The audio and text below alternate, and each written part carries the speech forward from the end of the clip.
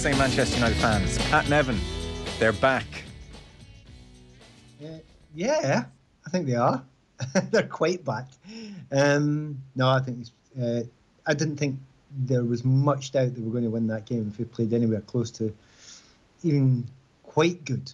Newcastle, I think they've sunk a little bit recently, whereas United are on this fantastic run at the moment, and it looks good.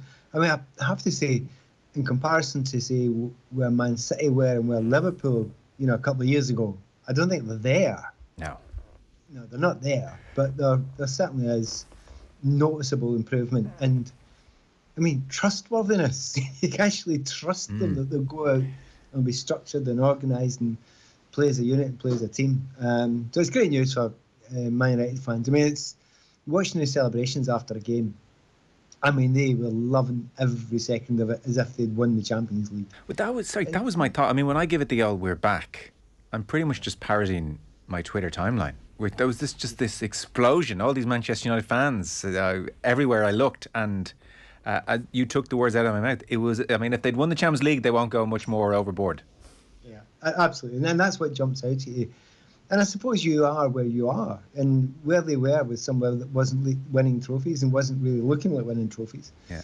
But it looks as if they can be competitive now, and certainly, look, they can win the league, and there's a possibility they can win the league. But I think it takes others to play, to muck it up still. But they're in there, they're in the discussion, they're in the fight for it, and if you can keep this run going, you just never know. I think it's unlikely. I don't know if they've not got as good a squad as some of the other teams, particularly Manchester City. But it doesn't always work that way. So no, well done them to get it together. What seems pretty quickly. It is quite quickly under. Really since it feels like since the turn of the year or just before that, they've really turned it around and structured and organised. And it does help when you get somebody like Rashford scoring goals and looking confident. And do you look at his body shape and the physicality of him and the way he walks? It is amazing. It is like a different human being. It's a totally different human being. And you often hear in sport people going, he's got his shoulders back, he's confident, etc. But you look at that guy. I want to superimpose a picture of him from about a year ago on another one, just to see if he's actually the same shape that guy. So he's a big part of it, but he's not the only part of it. No. But it is true in Rashford. I mean, the defining image of him last season was shoulders slumped, not chasing back, Manchester United at 6s and 7s. Almost either he had checked out or he felt it's such a rabble and such a mess, I can't even motivate myself to chase back. Or maybe there was something else going on, physical or otherwise. But as you said, if body language is indicative of anything.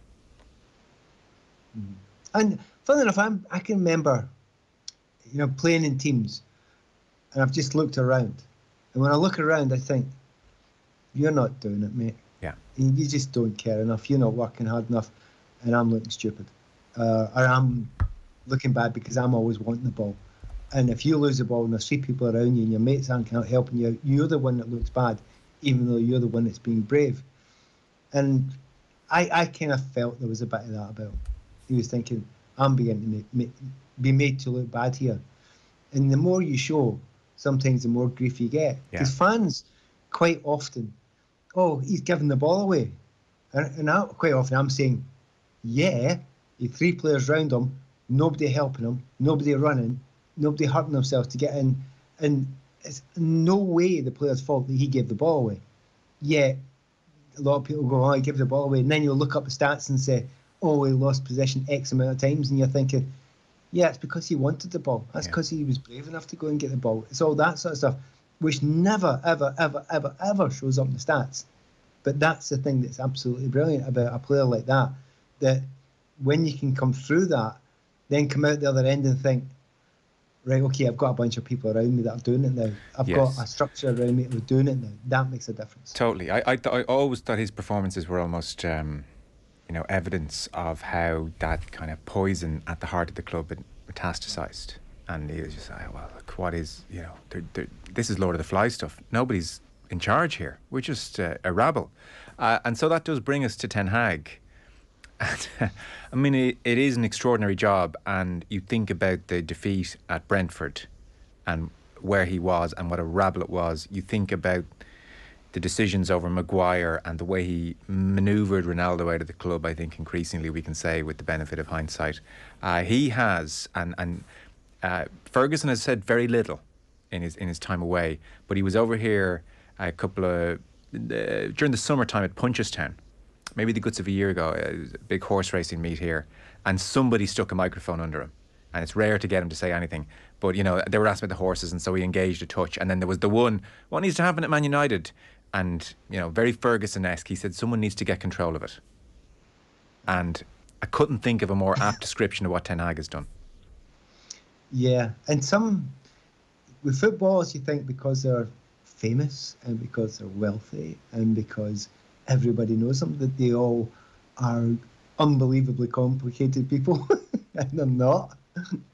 And if you can quite simply, find out what is their motivation, and it may not be a complicated one, it may be a quite simple one, and if you can get them to like you as well as respect you, again, sounds easy, not always easy, but sometimes some of the things that Ten Hag did, that when he went for a run with them after they brought them in for a run, but he ran too, as if to say, right, I'll take it, I'll take my part of it. I love the fact that he did that. I love that his attitude was, okay, we are part of the same group here. I'm going to show you it. And how much bravery do you need to run a bit older with all those guys? Because you can look foolish. You can look really, really foolish. Or else they could turn around and think, actually, he's probably got our backs, that guy. He's actually, he's only saying it not because he wants to, push himself forward. It's because we're all together. And tiny wee things like that. And I don't know all the things that he's done, but it's clear that as a group. And it kind of must help. Casemiro's been interesting, and he's come in there, controlled it, and getting the rights. Sometimes it only takes one or two personalities that are absolutely the right personalities. I remember lots of times in various things in my career, you've got a bunch of guys, right? So you've got 15, 20 people, right? But there's always 2 or 3 alpha males, and it'll be alpha females when it's in the women's game. Right? About 2 or 3. See if their attitude stinks, as in it's selfish, it's not involved in the team. The thing doesn't work. Nothing works. Because the rest can't always club together because of alpha males, and they just impress their personalities on it. And, I always had a problem with Pogba, and always, Ronaldo, pretty problem with that, because I just thought, don't like your alpha male status because it seems to be self-indulgent. When the alpha male status is somebody like Casemiro or whoever, who is, by the way, I'm a team worker, and you all come into it, the whole thing just changes. I mean, really early in my career, it was at Chelsea. There was one guy that all the fans hated, and he was the most important player in the team, by miles. The most important, because he was everything that should be done right was done right via him. And if it was wrong, he would be on your back. And then the fans would boo him every week because he always did the simple thing. But the ethic was that guy. And they got rid of him. And I'm like, oh, you've just killed the team. And no fan could give a stuff. Yeah. So one person or 2 people, even if they're not important, if they are the core person to the ethic, and I think they've got the right people that have got the ethic running right. Yeah, a lot of stars have aligned here. So there was no doubt that Ed Woodward played a significant, hugely significant role in the previous decade. Richard Arnold was appointed in December of 21, got going at the start of 22. That has definitely marked an improvement in how things were done in the transfer market, and even with the appointment of Ten Hag. I was reading that, so Pochettino was interested in the job, Ten Hag was interested in the job. Richard Arnold and Darren Fletcher sat in on his, and it was more than one interview, but one of his key interviews, where by all accounts it's emerged Ten Hag tore the club apart and criticised this, and this, and this, and this, and this. This is all wrong. And I think it speaks of maybe an improvement in the management at Manchester United, whatever about the owners, but that Arnold and Darren Fletcher listened to what he had to say about football and about structure and said, this guy's going to be a pain in our backside, but he could just be right. I would change one part of that. I think Darren Fletcher says, thank God That's what I think. Yeah. Honestly. Yeah. I mean, I've talked to Darren a bit, and he gives you nothing, right? You can't say it out loud, right?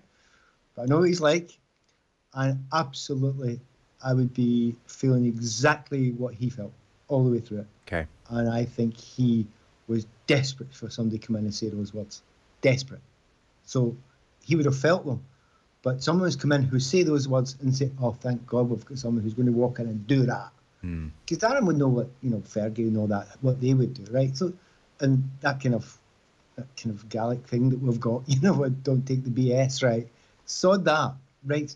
And no, and I'm 100% convinced that Darren would have heard that, and it would have been music, sweet, sweet music to his ears. So it wouldn't have been oh, that's a bit of a shock. It would have been oh, yes, thank you. I'll go for that. Yeah, they were desperate for it.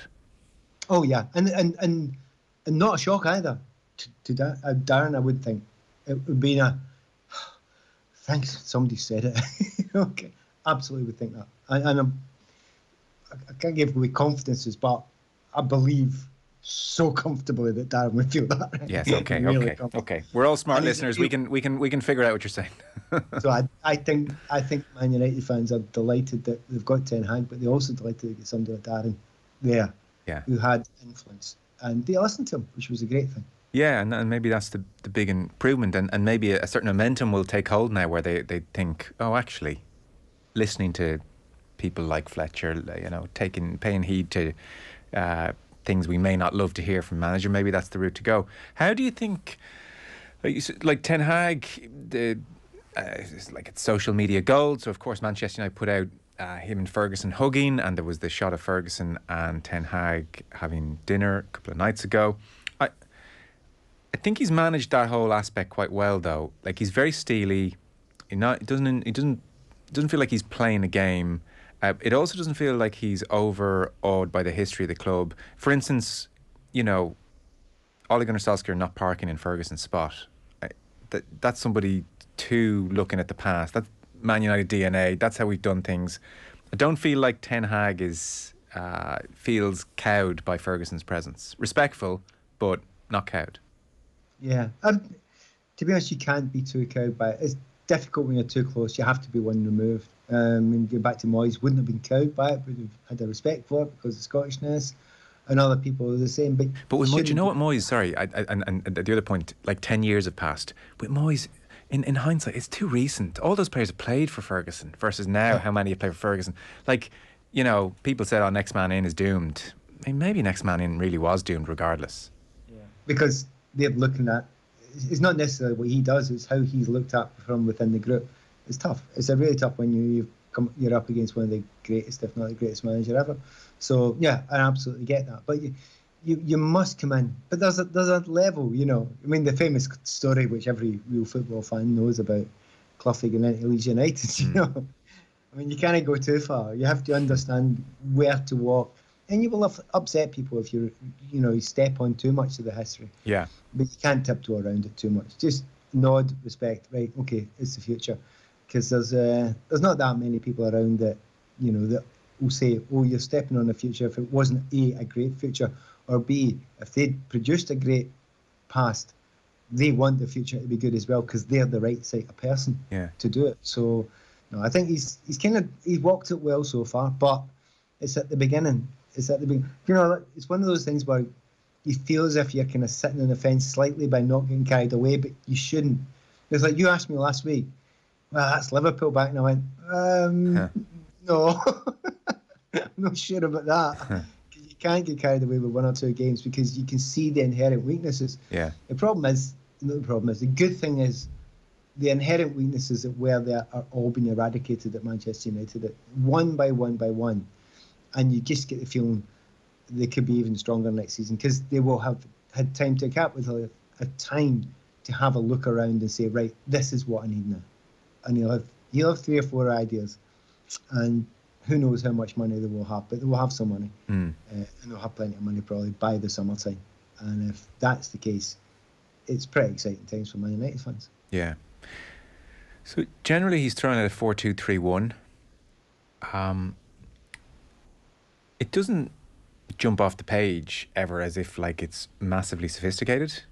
It's good, but I mean it's just when the 4-2-3-1 used to be Pogba going for a wander and other players not working hard. That was just a rabble. It seems like he's just put together very competent. I don't mean that in a disparaging way, but very competent plan, and everyone has to stick to it. Therefore, it's good because they've good players. Or is it far more sophisticated than I'm seeing? No, I don't think it is. Particularly, I mean, just right players in right spaces, and that's sounds easy, but it's not. And he has adapted it. Let's be fair, he has adapted it a few times, hasn't he? And Weghorst, played a little bit deeper, then he was further up, and then he was off the pitch. Sometimes you just have to be able to be willing to adapt slightly to it. And everybody wants to make big adaptations to things when things are not going quite right. If you know the game enough, you know where the tweak is needed.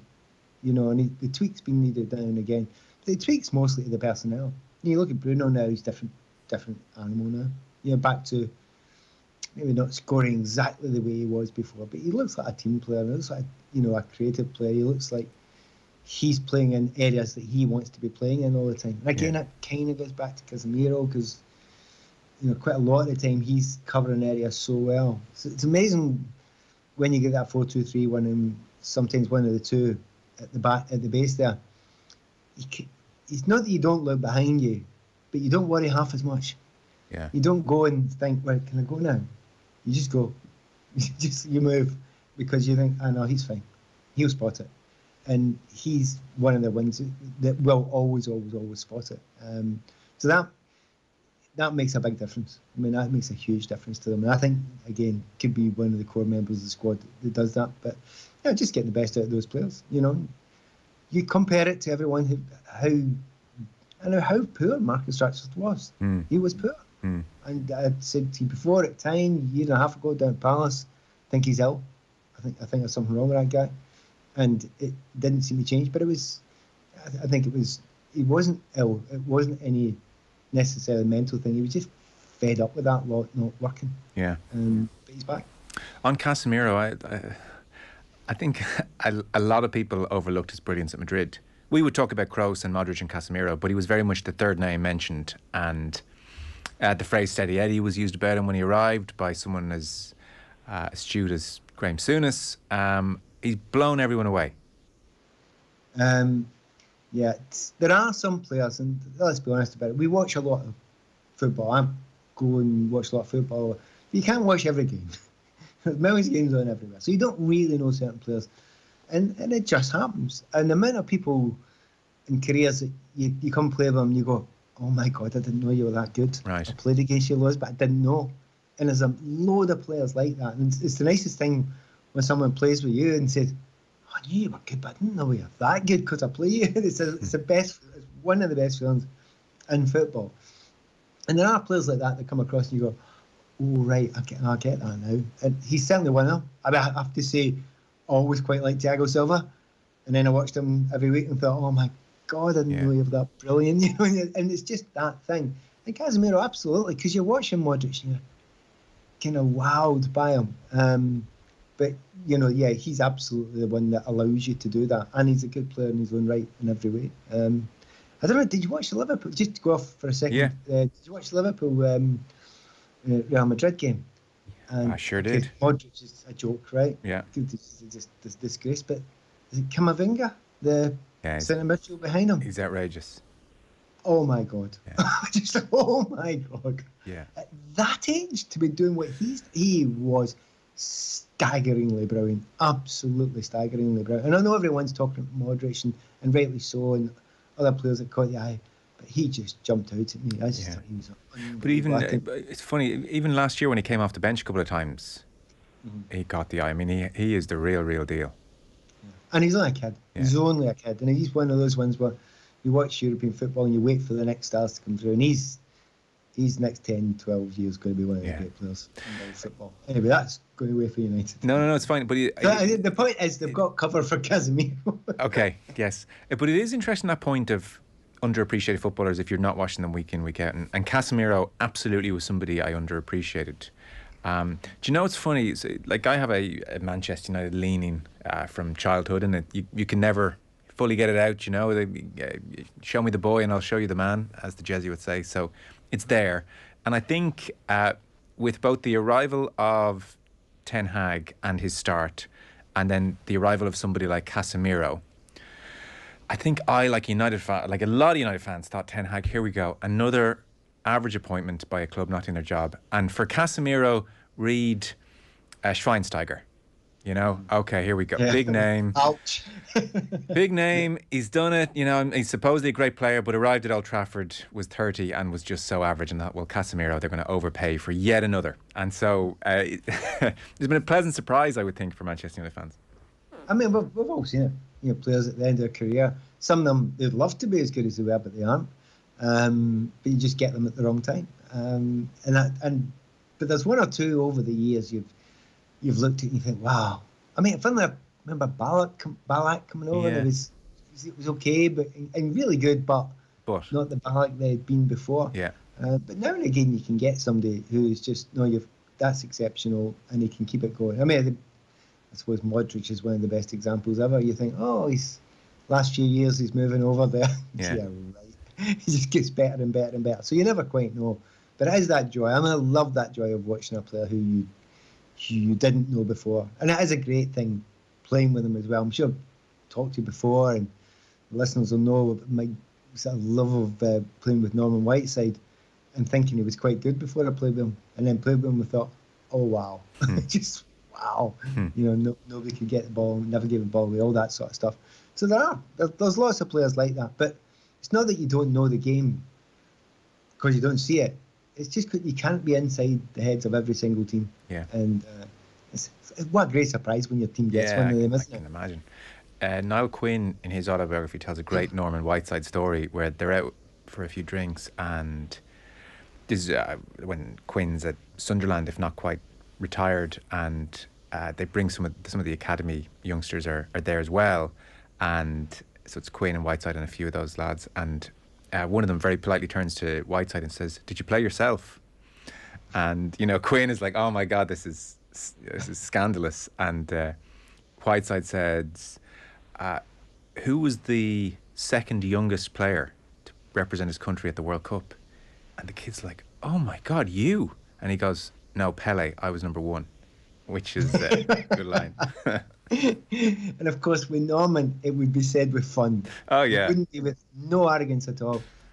It would just be a Mickey take. The thing is, older players should understand that it happens all the time with players after, because you've had your time. I mean, unless you're one of the greatest players ever, you've had your time. You move on and you just smile. I had a media guy had listened to me do a commentary.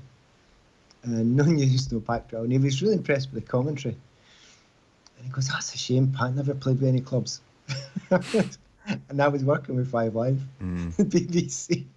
And it's like, the guy had worked, and it was just, it's a shame Pat didn't play, because he'd be a great commentator, you know, we could get him really going. I'm sitting there going, yeah. Just gotta. Yeah, but you don't take it personally. It's funny, because time moves on. It's somebody else's turn now, and you know, that's certainly how I'm going to remember that Norman story. That's to add to my list of Norman stories that I've got. Right. So Manchester United in a very good place. On Newcastle, I was listening to a couple of Newcastle correspondents who followed them closely, and their sense of the last number of weeks is that Almiron has waned, and now whether he's reverted to the mean or whether he'll recapture the brilliant form in the early part of the season remains to be seen, but he's waned, and so the Trippier, Bruno, Almiron axis isn't quite working. Dan Burn on the other side is not an attacking left back. Callum Wilson has no form, and they look a touch tired, was what I heard from those watching them week in, week out. I'd add on to that, the Saint-Maximin, who was unstoppable when he was at his best, is unrecognisable now in comparison to what the player he'd been. I think his injuries has caused that. I don't think it's anything else. So yeah, Almiron's weird. He looks as if the confidence is just somebody's got a big hypodermic needle and put it in his arm, taking all the confidence out. It's really, really strange. And does he strike you as like James Beattie? He had the time of his life, but now he wasn't quite that level. That's a bit harsh. It's a bit harsh on James Beattie. I didn't mean to do that. No. I know the very famous story about James Beattie.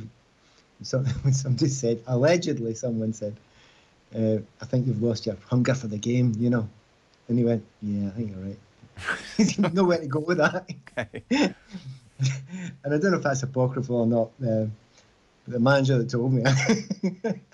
So, and I don't think Almiron's like that. I think there's more. I think the attitude's always pretty good. Okay. It's just sometimes that there are players who are creative that you go through good spells and go through bad spells. I think he has had really dull spells before, but you'll notice the Newcastle fans don't get too fed up with him because they know that it'll kind of work, you know, and it might not be happening, but he'll put it in.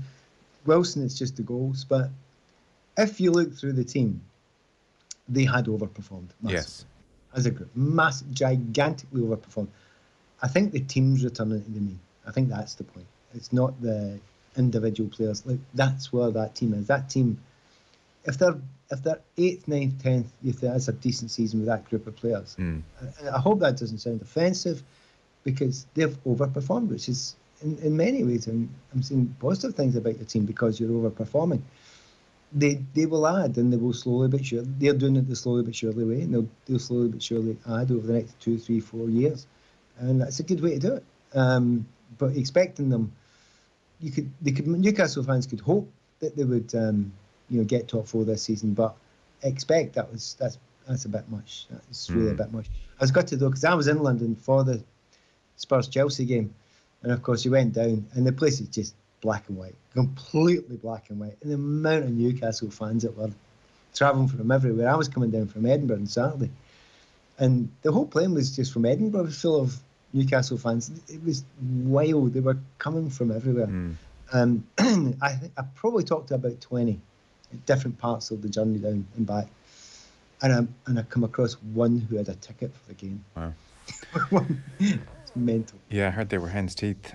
We're going to take a very short break. I do want to talk to you about Spurs Chelsea, amongst other things. Our football show coverage is brought to you by Sky. Watch all the football you love, including the biggest Premier League games every weekend live on Sky. Pat Nevin staying with us, back in just a moment. Football on Off the Ball. With Sky. Watch every single live Premier League game this season on Sky Sports, BT Sport and Premier Sports. This is News Talk.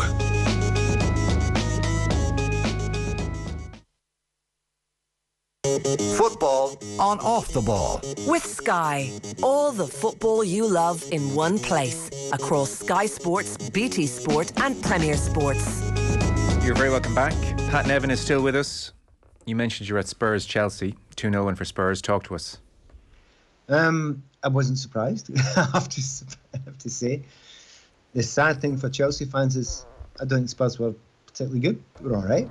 They were just well organised, structured, as you say. 5 back line, 4 in front of them, Harry up front, and then just break when you can.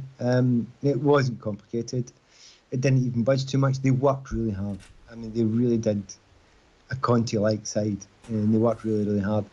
They've done a number in Chelsea's players. Chelsea, João Felix, we need to call him Felix now. João Felix. He looked exciting, keen to get on the ball, but they did this really interesting technical thing to stop him, because they had 4 in the midfield and 5 at the back. It's obviously the gap he wants to go and play in, and he's good at it because he always takes the ball in the half turn. He always gets his head up. He's a good player. Yeah. So who's going to mark him when he does that? One of the centre halves walked out every time. Yeah. Every time. And it was bang, bang, bang, bang. And he still worked hard and he looked for it and he had good little moments in the game, João Felix. But they knew what the problem was. And the way that he killed it was, okay, you're probably too good for skipping the middle there, so we'll just give you a hand as soon as the ball comes to you. Centre back comes out. It's really unusual. A lot of them. I'm loving the fact that managers are doing these different things now.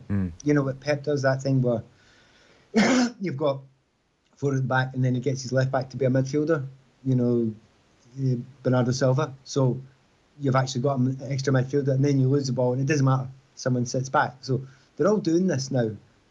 That's the first time I've seen it where the deep middle centre back comes straight into the middle and adds it in a defensive area. It was really quite impressive, actually. It's just not a normal thing to see. But they knew where the danger was and they stopped it because of that. And did you say they had 3 centre halves, 5 at the back? Yeah. Okay, so they can sacrifice that one to go in, and it's not the end of the world. So they've got 3 centre backs, one left back, right back, and they were left backs. They weren't wing backs. They were left backs and right backs. Okay. For the vast majority of the game, and then they just allowed one of them come out. So really, see when you see something that's unusual that you don't see very often. Yeah. It kind of jumps out, especially if it works. Well, I was just going to say, I mean, if we were sitting here and you were at the stadium, if Chelsea had somehow done a number and beaten Spurs 1-0, Spurs fans walking home with him saying, and 5 at the back, like, what is this? It's so negative. And that's it. That's why you have to have overviews all the time. And it's back to that one where this Cancelo used to come in from right back to play in the midfield, right? So that's the most obvious modern one that we know, because he plays so far up, you know, when he was at Man City and came out that area, and then they've got a 3 at the back, but they've got an extra man who's a midfielder come attacker. Except they did that in the Champions League final against Chelsea and you lost because of it, although it was Zinchenko who made that move. So it's like these things, they won't always work. You need to know when to use them, and if they're not using, change it, and change it quick. It was difficult for Conte to change it quick because he wasn't there. He was still at home. But it was working a dream, and Chelsea were getting nowhere. And as the game wore on, I didn't think at any point Chelsea were going to, even though they had at one point they had 65% possession for a period of time, didn't think they were going to break through. So some of this, okay, it's been given a difficult, and I appreciate managers with far fewer resources would scoff, but Potter's been given a difficult scenario picture to sort out.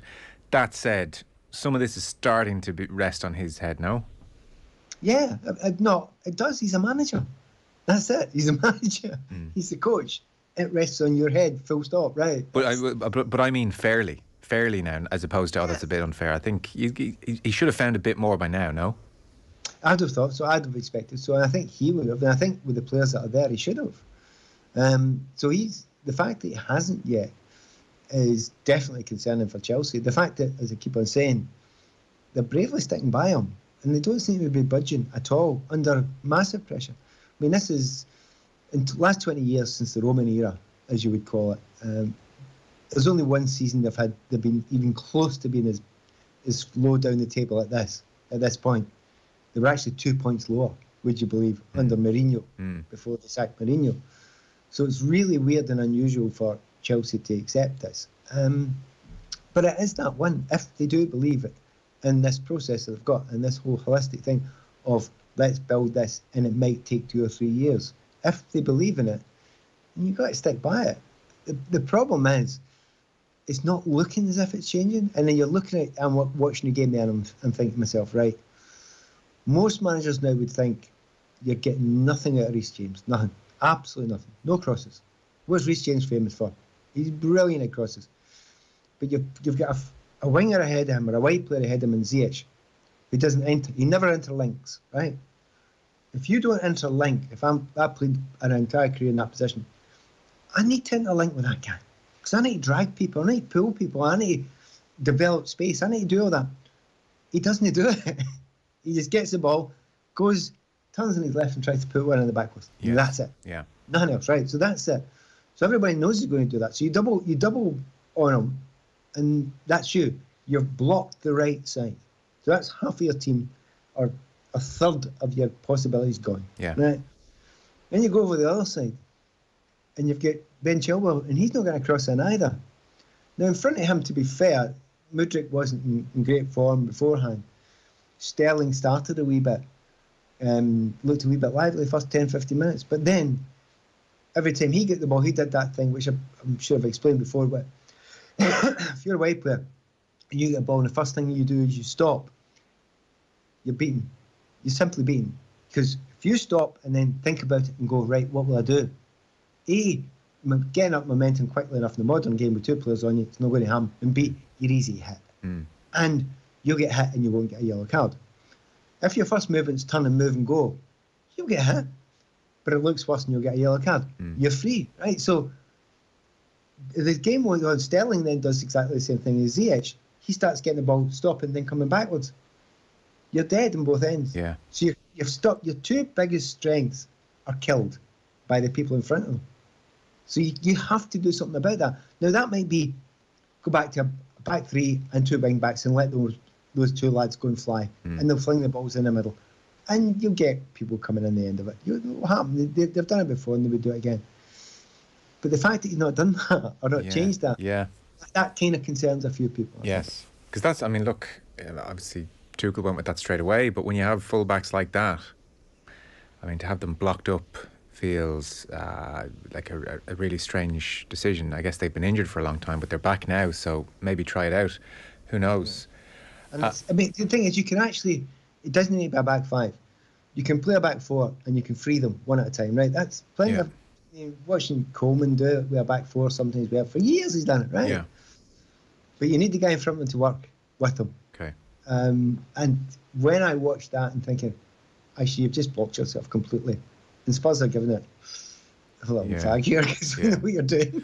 And then ball goes into Felix, he gets smashed. Suddenly that's all three channels gone. Yeah, exactly. So you've nothing else. You can't play the ball long to Havertz because he doesn't hold the ball up because he's not a centre forward. So you can see where all the problems are, why you're not creating anything.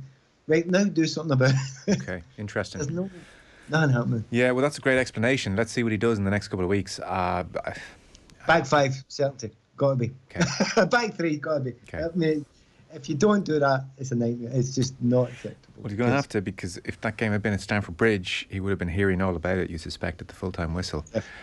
Arsenal were very good value for their 1-0 win.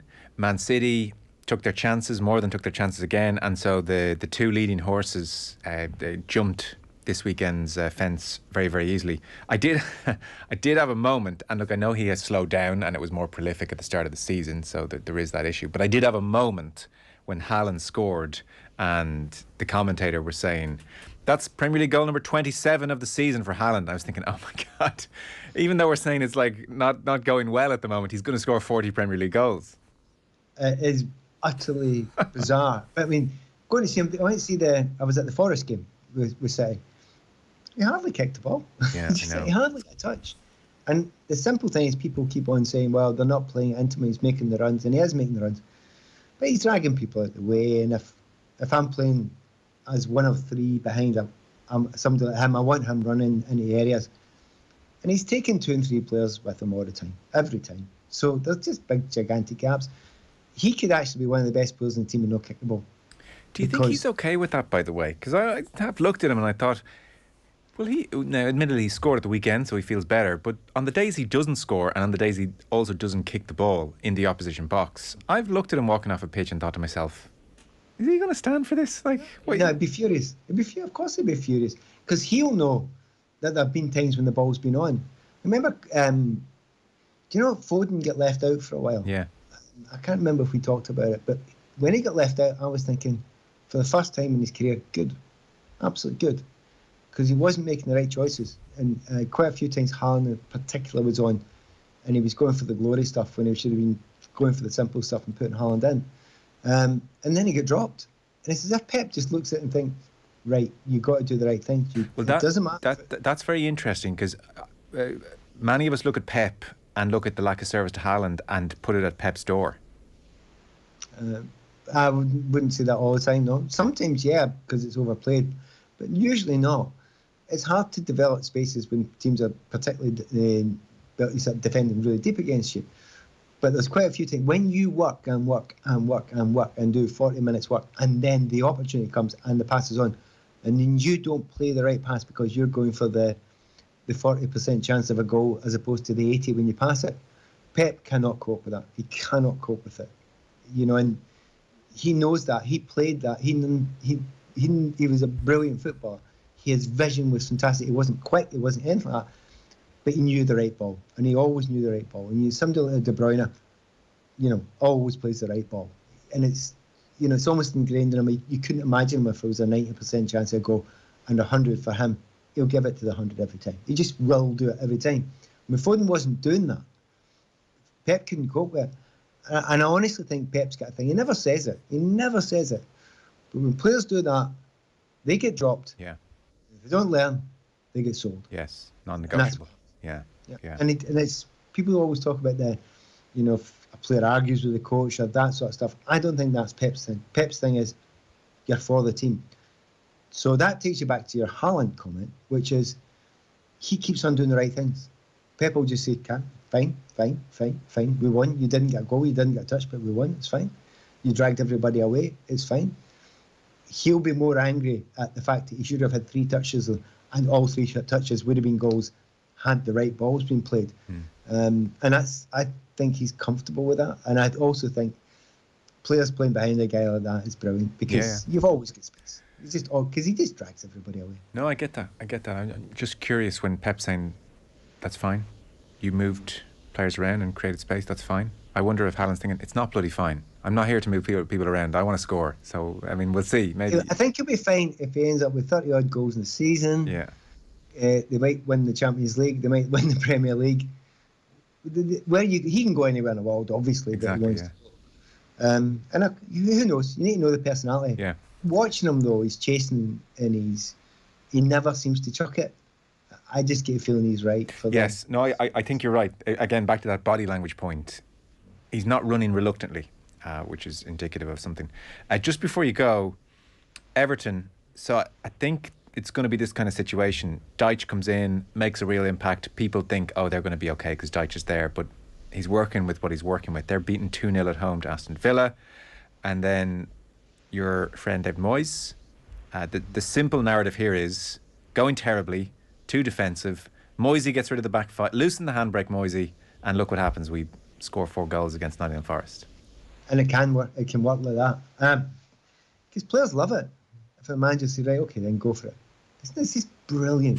The vast majority of players just think, oh, cheers, thanks. We should have said that to me earlier, or us earlier. Yeah. A, you get a boost of confidence, and B, you think, oh, thank goodness for that. Again, it's happened. Every player's had it in his career. And I've got a very specific one happened playing for Scotland against Germany. And they kept the handbrake on, and we were down 2-0 after about 50 minutes. And Roxburgh just said, right, okay, go for them. We battered them. We absolutely battered the living daylights. We never scored. We hit the post, we done everything. Sometimes it's the handbrake off and you just bomb forward. And it's a lovely feeling. And the other team don't like it. I mean, Forest, to be fair, they can't find a centre-back for love nor money, so it's kind of hard for them. But whatever happens, be it West Ham, Leeds, Everton, it's going to be a point. It's going to be a point or two at the end of the season. Then Everton are not going to be flying out of it, even though they've got Sean Dyche there. And if it is a point that saves them at the end of the season, they'll grab it with both hands. They're perfectly capable. They're not getting expectations above that. What will be interesting if they do stay up, what happens next season. So they need somebody. They need just a bit more creativity. We're talking about creativity, by the way. We're talking about the great footballers we've seen just now. Sorry, being a bit Scottish here, right? So I watched De Bruyne, and you love that, and I love David Silva and these creative players. I've decided I think Finn Russell might be my favourite. What is he like? Why did they take up rugby? If he'd have played football, he'd be Scotland's best footballer by a million miles. Honest to God, you've never seen. I don't know. I don't watch as much rugby as a lot of other people. Yeah. But seriously, come on, mate. You're in the wrong game. You should be playing somewhere. You should be using that. Yeah. Far too skillful for rugby. Oh, staggering, man. Oh, and I don't think it's Scottish bias. I just think that guy's he's a phenomenon. Yeah, he's worth watching a game alone, to be fair, regardless of the game. Absolutely. Now, he'll do something stupid every now and then and cost you the game, but but he's getting his numbers better now. And there's a freeze frame picture, which some of you may have seen, where his last try, and he is down diving, 2 people attack him, and his arms behind him, flicking the ball out to a perfect pass while looking up, and it's just, that's him. Yeah. Seems to have navigated a career quite well without doing a weight or a sit up as well. It's all very impressive. It's just extraordinary. It's just and there's been a couple over the years. Rutherford was one as well, but in Scotland. But Finn, wrong game, mate. No, listen, I agree on it. Even the Lions tour, he came on and almost saved the tour single-handedly. Murrayfield in 2 weeks. We'll know all about it. Yeah, looking forward to it. That was the build-up. Thank you so much. Appreciate it. See you soon. See you. Pat Nevin with us on this Monday evening. Our football show coverage, as ever, is with thanks to Sky. Watch all the football you love, including the biggest Premier League games, every weekend, live on Sky.